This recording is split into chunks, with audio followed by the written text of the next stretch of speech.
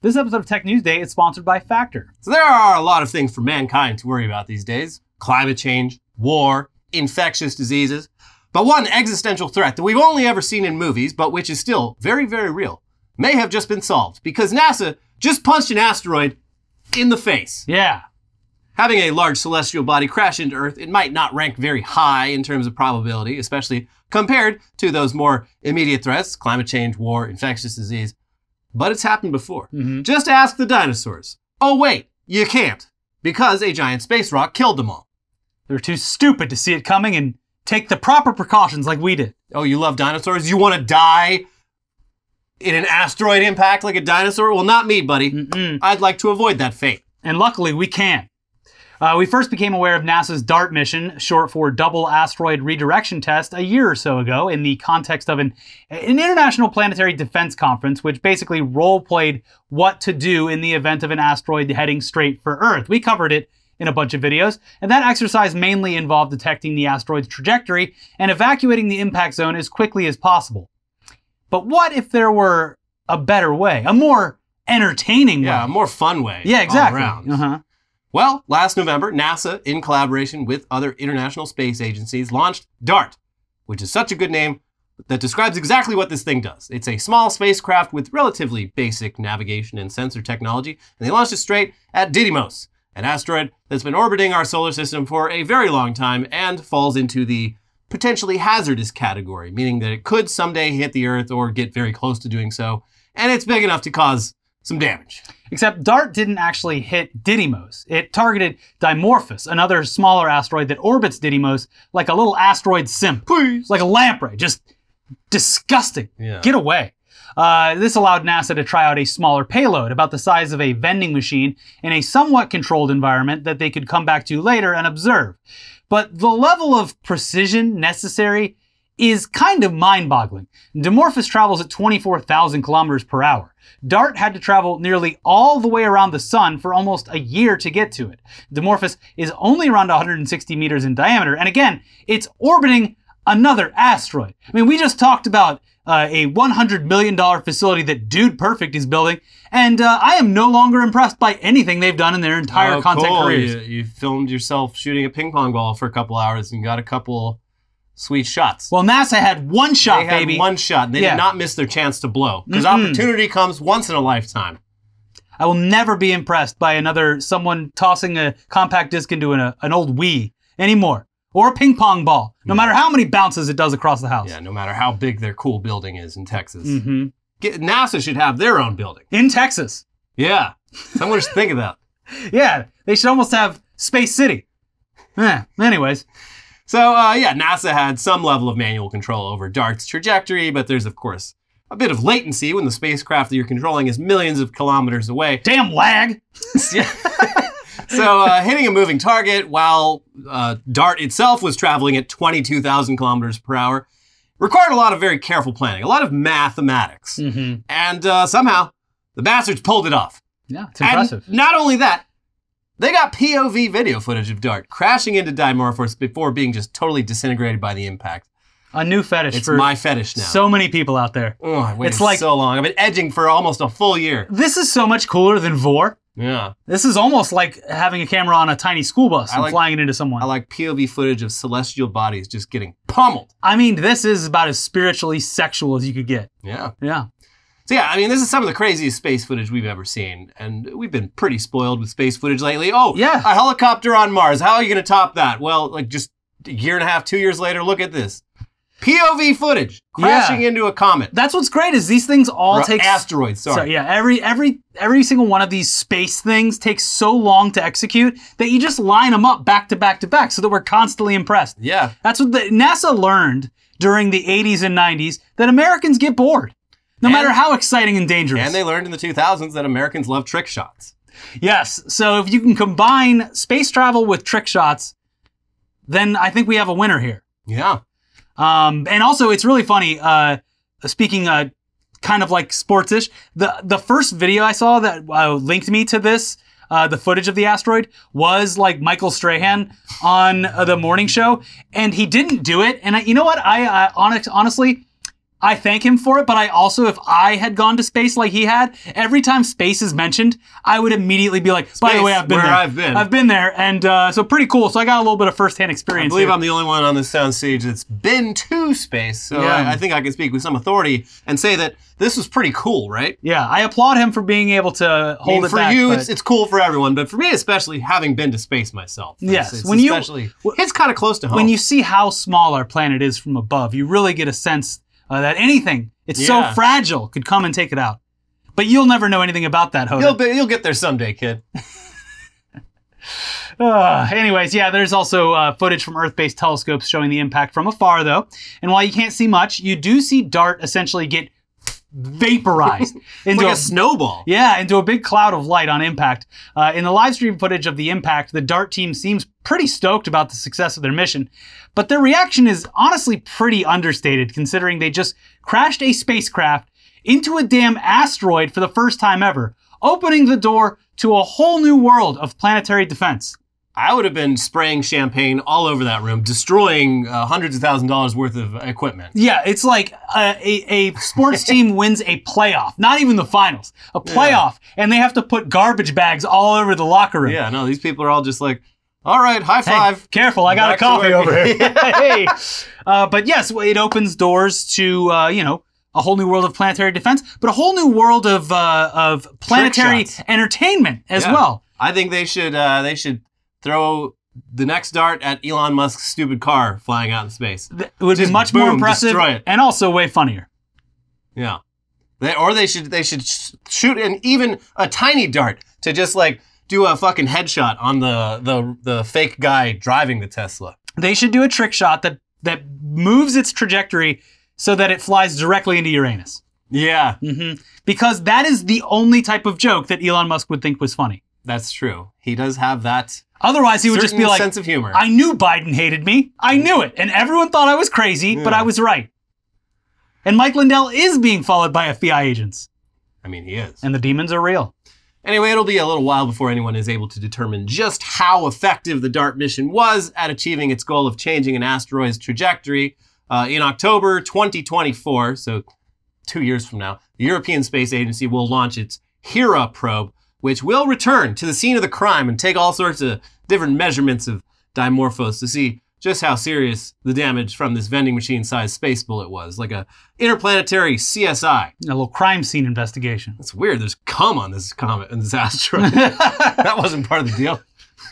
Well, we thought, why not? Special Victims Unit. For now, though, I mean, the idea of an asteroid hurtling straight towards Earth should make you worry a little bit less than before. We got this. They've done this before. We know exactly what to do. Yeah. Just throw a vending machine at it. I can't wait to see Ice-T on this asteroid, dusting for fingerprints. Man. Anyway, speaking of space, let's move on to some Star Wars news. And yes, I mean, this is our tech show, not the entertainment show, but Disney recently revealed a pretty groundbreaking, but also kind of troubling technical achievement.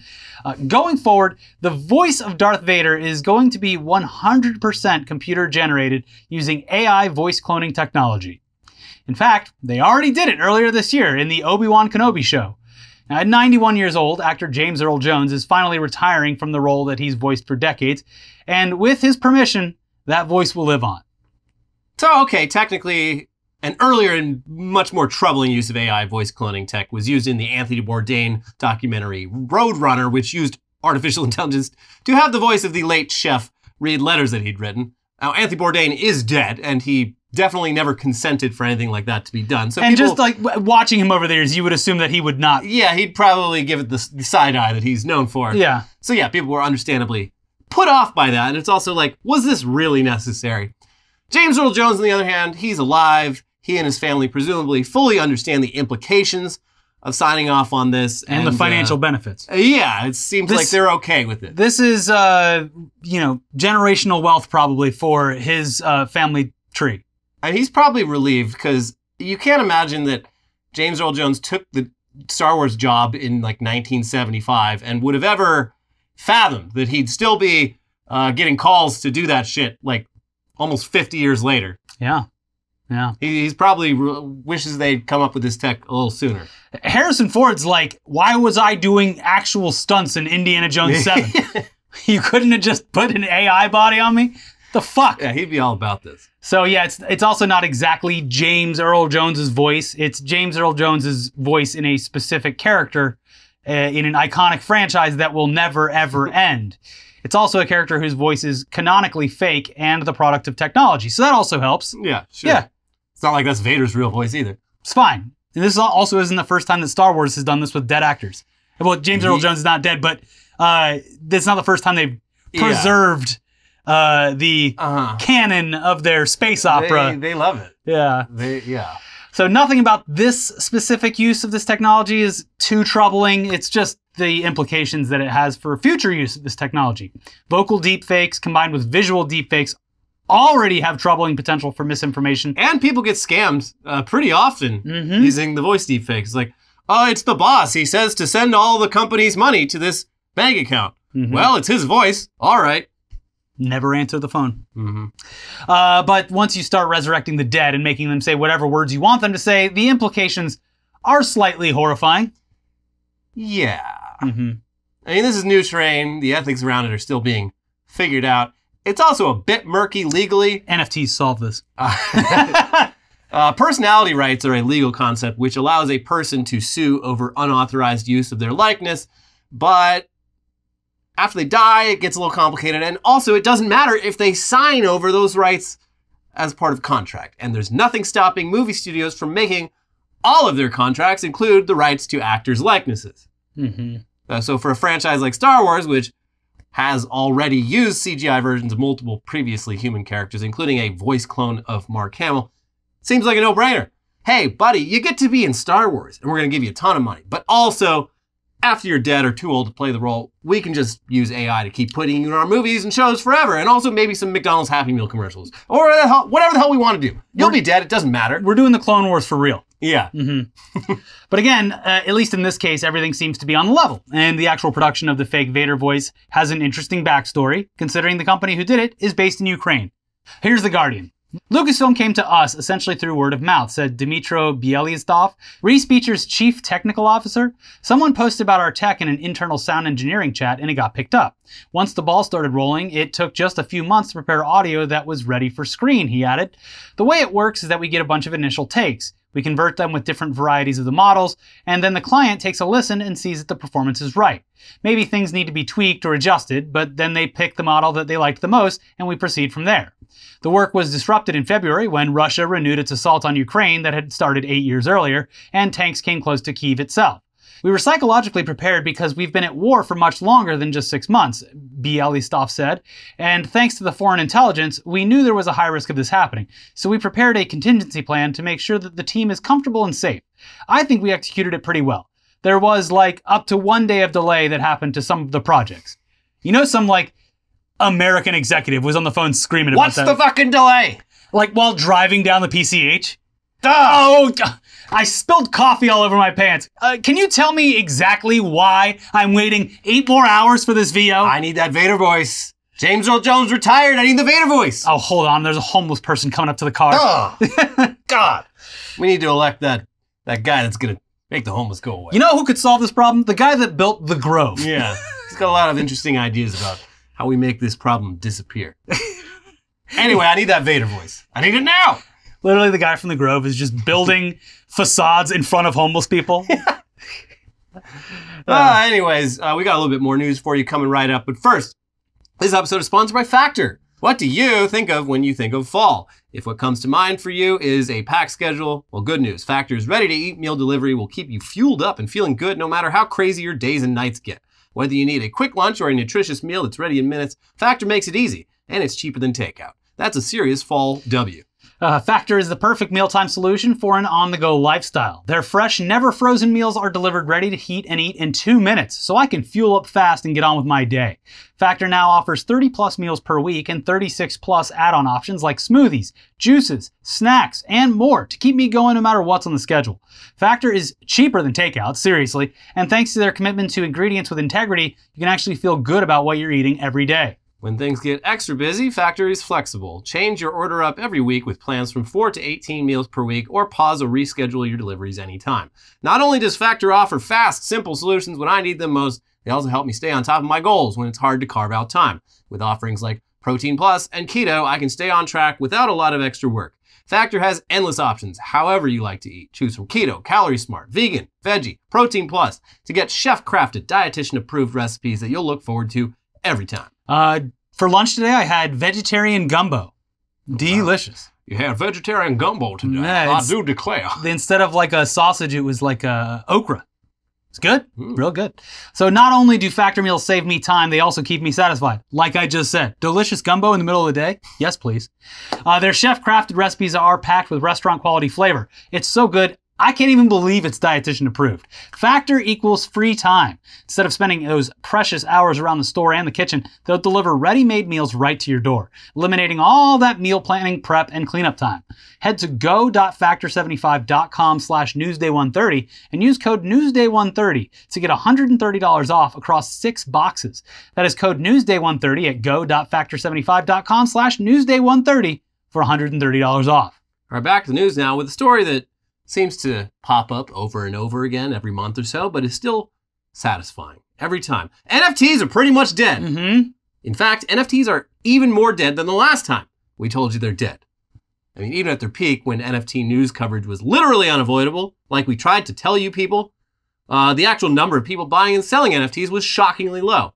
But at least the basic market data made it look to the casual observer like these things were the hot new thing. You definitely can't make that mistake now, though, because the amount of NFTs being bought and sold is just a tiny, tiny fraction of what it once was. Here's Gizmodo. Crypto-focused folks are having a harder time getting any money for their gross, insultingly derivative Bored Apes and dull-eyed, featureless 8-bit faces of CryptoPunks, according to crypto analytics data. Bloomberg first reported on data hosted on Dune Analytics that showed trading volume for NFTs has gone from $17 billion to just $466 million from January to September this year. That's a precipitous 97% drop in just 9 months. Yes! The data was collected from NFT trading platforms including OpenSea, NFTX, Larva Labs, Looks Rare, Super Rare, Rarible, and Foundation. That number would put current trades below where they were in July of last year, before the NFT craze really took off. This data follows on from earlier reports this month that OpenSea, currently the largest NFT trading platform by volume, has seen sales drop 75% compared to just 2 months prior. What makes this data even more interesting is while the number of trades has decreased immensely, the number of total traders hasn't seen nearly as much of a drop. According to the data posted by Dune Analytics user Hildo Baby, I guess, there were over 42,000 total traders in September this year, compared to a peak of over 66,000 in March, but a little less than 45,000 or so that were trading in March. So yeah, it looks like actually most of the people who were trading NFTs back when anyone cared about them are still trading them. But just as before, the number is absolutely tiny. Just tens of thousands of people worldwide participating in what was touted as the next big thing in tech. Virtually nobody. The article also notes that Bored Apes in particular have lost a lot of their demand and have even fallen behind some other NFT project called Terraforms. They basically look like abstract, ashy art GIFs. Ugly, but not nearly as ugly as those damn apes. And with less racial connotations, I would assume. Yes. Yeah. Even Eminem and Snoop Dogg couldn't keep people interested in those things. That's when they knew. Well, if Jimmy Fallon can't do it, I don't know what the problem is. Everyone loves Jimmy Fallon. He's just the coolest. Yeah. And he's got a real cool ape. He's got such a cool ape. Everyone loves your ape, Jimmy.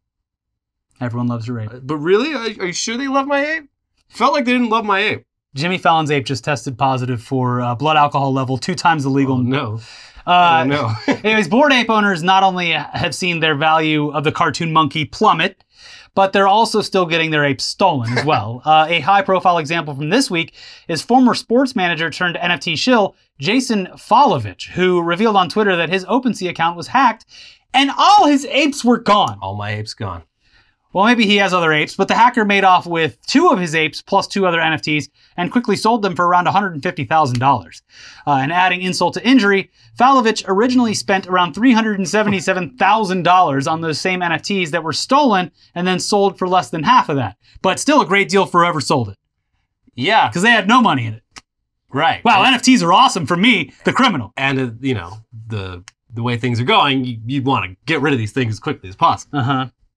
Yes. Adding even more insult to injury, though, it sounds like the remaining NFT community has very little sympathy for Falovich since he previously promoted multiple NFT projects that ended up being scams. Yeah, he doesn't even have the NFT community to fall back on. They hate him too. Mm-hmm. Sad. Yeah, it is. It is sad. This is going to be your only NFTs you're going to want anymore are the ones that were hijacked from like big name celebrities. Yeah, like, that does add value. Yeah, it's like when George Costanza bought that car from, was it John Voight? Yeah, I think so. Yeah. This NFT has teeth marks in it. Anyways, the rise of crypto and NFTs in the last couple of years before the big crypto crash has been theorized to have been a product of people being stuck at home during the pandemic and not having anything better to do. But even now, with the pandemic mostly under control. The pandemic is over. I'm getting my 4th vax tomorrow, by the way. Oh, nice. Congratulations. Yeah. Are you getting your flu shot with it as well? Oh, yeah. Oh, nice. Oh, yeah. Give me the cocktail, baby. You're going to be walking around glistening. But yeah, even with COVID seemingly on the back burner, office workers still would largely prefer to continue working at home rather than commuting to the office, like in the old times. Mm-hmm. And that's perfectly understandable. Even a half-hour commute adds up to 260 hours a year driving to and from work. And that's 260 hours that people prefer having to themselves. Mm-hmm. Plus, remote work has been repeatedly shown to actually boost worker productivity. So, yeah. It's all around good. It is good. Nevertheless, companies pay a lot to rent those nice offices. They want people to see the offices and the people inside them. Look at all my minions. Mm-hmm. And it makes them very, very sad when you don't want to spend more time there. They take it personally. Is it something I said? Yes, it is. You said come back. I say no. Oh. Also, they do like being able to stop by your desk whenever they want to just look over your shoulder or have a meaningless conversation. Yeah. But it sounds like a lot of companies have had trouble getting their workers to come back to the office. And a recent article in Slate about what exactly would motivate workers to come back to the office quotes a bunch of reader submissions describing the grand gestures that some companies have used unsuccessfully to get people back in the office. Here's one of them. I have seen a lot of lures and none of them are working. Free coffee day, free continental breakfast day, free pretzel day. Then they upped their game to free Red Bull and come see some adoptable puppies. They literally had puppies in the office. They almost got me with that one. If it had been free wine and kittens, I would have burned rubber to get there. I have to go in 1 day a week, but I don't want to do more than that. It is a really nice building with plenty of meeting space, cafeteria with good food, coffee shop, gym, etc. As nice as that is, I still prefer yoga pants and my cat as my only coworker. I get my own bathroom, full kitchen, and no commute. They really can't beat that. I'm sorry, the perks are too good here. What do you want me to say? Yeah. Another wrote, the snacks have always been a staple, but the latest has been a cornhole tournament that has dragged on for months, presumably because nobody wants to come in for their matches. Work hour events with alcohol seem to bring in the most people, but it's still a small portion. I feel like single offices, we have an open plan, child/pet/elder care stipends, or honestly a factual mathematical explanation of why on-site work is beneficial would go further towards getting people in. If you could somehow please prove to me how this is better for both me and the company, then we could talk. Also, who's taking care of my kids and my aging parents, considering we all have to live together because the world isn't what it used to be? I just like all this stuff gives me so many flashbacks to working at Machinima because they tried everything. There must be some like Bible, the HR like Bible for with like increasingly like the most cost effective like pizza party, ice cream party. How to distract your employees from the fact that you are exploiting them. Yes. They tried everything. Like they brought magicians in, remember? Yeah. They had a whiskey tasting. That one was sick actually. Yeah. I mean they had a lot of cool shit, but it was always just like I'd rather you just paid me more. Yes. That would be cool. It did get frustrating at a point where we did like the math one night and we're like, this company probably just spent $10,000 on booze. I saw one of the cash registers at like one of the like bar nights, like when the worker at the bar was like, you know, let's all have fun. Everyone gather around. When they were tabbing out, I just happened to be there and it was tens of thousands of dollars. Yeah. I'm like, look, this was fun, but like, you could have just given us all like money. No. That would have been better, I think. The money would have been wasted anyway. You clap and you say, what a great job you've done, You boss. plebs don't know how to spend money. Yeah. You say, thank you, boss. You sure know how to make the company love everything. Now, can we get a little more? You know what would really make me love this company more is if we had weekly meetings where the CEO comes out to the Superman theme song and makes us clap in unison like monkeys. And then everyone goes, are we going to do like company 401k matching or anything instead of all these parties? Like, No! So anyway, this article also has multiple responses which describe offices where workers were ordered to come back to the office for a certain number of days per week, but just didn't do it. Yeah. And the ones who did come in saw that barely anyone else was doing it and realized that they too could get away with simply not returning to the office even though they were told to do so. The impression that a lot of these responses give is that executives and HR want everyone back, but without managers who also want everybody back, there's not a whole lot they can do, which is awesome. Yeah, I mean, this is the most power at least office workers have had in quite some time. Because I imagine you can simply just refuse to go in. Yeah, and I imagine a lot of managers, I mean, it depends on like what your job is, but I imagine it's probably a lot easier to manage just from Slack than like coming into work. Yeah. Especially in places where managers don't do a whole lot. And like they love it probably the most because they work like 2 hours a day and their job is basically just being, how's that coming along? And here's what the boss said. Not that it's funny. It's not funny when anyone gets sick, but the first couple of months of like getting back to normal here in LA, it was like, I would have a friend that would be like, yeah, we're going into the office. It's only like 2 days a week though. They'd go back in the office and like 2 weeks, like, yeah, everyone at the office has COVID. It's like, well, what did you think was going to happen? Yeah. Like, it's great for morale. Yeah. Glad we did this. And of course, those days have gone from 2 to 3 to 4 Yeah. to like, well, 1 day's a flex day. But if you're not there, we're going to notice. Okay, 5 days, but on the 5th day, you get to wear a Hawaiian shirt. So Yeah. can't do that anywhere you want. Are you still, but- am I still going to be like on call and expected to answer emails at 4 o'clock in the morning? Yes. Oh, okay. Also, while you're driving on your 90-minute commute, pick up the phone. Use your hand. I don't want no speakerphone. Pick it up with your hand and pay for those tickets.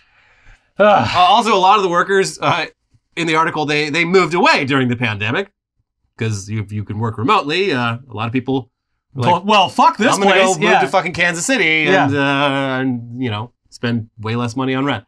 And so those people literally cannot come back to the office. And their attitude seems to just be, well, what are you going to do? Fire me? I'll just find another remote job that, values me a little bit more. That's the other thing is companies that are more than happy to do remote work are sniping some amazing talent. Yeah. Life's great for us. So as for the point of the article, which is what would actually get workers back into the office, I mean, there's a range of responses. One person says they just like the flexibility of coming in or staying home, depending on the actual circumstances of what they're working on, and not some arbitrary number of days per week or month. Another person who is immunocompromised says they'd need to see their company care a lot more about health and safety measures. And others say that it would require a pay raise to make up for all the free time they no longer have. Yes.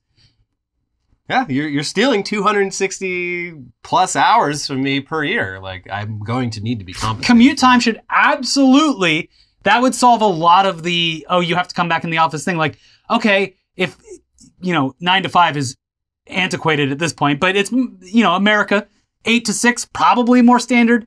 7 to 7, probably, in a lot of industries, kind of sucks, but that's the truth. But if companies were like, 2 hours of your considered workday is just driving and we still have to pay you, that's probably going to upset a lot of people. Yeah.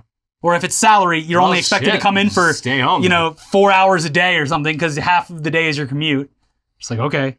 But here's my favorite response in this article. To me, the biggest thing is being able to clearly explain why it's necessary. Don't give me some vague explanation like, it's time, or we think it's better, but have a specific reason why you think it's better to convince your employees that it's beneficial. We're a family. And that reason needs to be one that will hold up once people get there. Nothing is going to kill people's enthusiasm about returning to the office quicker than showing up and realizing that it's exactly the same as working from home. Also known as, you made me commute 45 minutes for this? Why?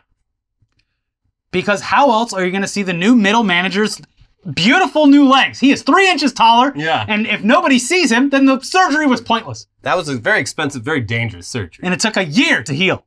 And if you He's don't get in here constant pain and let him tower over you, then it was all for nothing. Yeah. Mm-hmm. So the only surefire solution the article presents is actually a pretty practical one that will almost certainly work, at least on a portion of the workforce. Free on-site childcare. Parents of young children pay out the nose to have someone look after their kids while they work in an office, and having that taken care of by a company seems pretty effective. As one person writes, my company offers free on-site childcare for anybody coming into the office. Off-site childcare for 2 kids under 3 is $3,200 a month. I'm in the office every day, as is every parent of any kid aged 5 and under. Interesting. Yes. And yeah, if that seems too expensive for a company to cover, well, consider this. According to research reported on in a recent article in Bloomberg, big companies waste around $100 million a year on unnecessary meetings, both in person and over Zoom. And employees say that nearly a third of their meetings are basically just a huge waste of time, and therefore money. So maybe you could make it up with that. But, you know, much like having workers in the office, meetings, they're often about asserting control and authority as much as they are about getting things done and being productive. So don't expect companies to take any of this information to heart. If they cared about actual productivity, this would have never been an issue in the first place. Yeah. They would have had an open and honest conversation with their employees and let that conversation dictate their actions moving forward. Yeah, they're just set in their ways. We heard you loud and clear. So everyone's coming in for 4 days a week with a flex day if you got 5 stars on the previous days. Because we're a family. Yes. And like a family, we can fire you at any time without cause. But you can wear, look, it's football season. You can wear your Dallas Cowboys jersey to the office on Fridays. It's fine. Yeah. But, you know, don't go walking over to old Phil's desk who has his Eagles jersey on.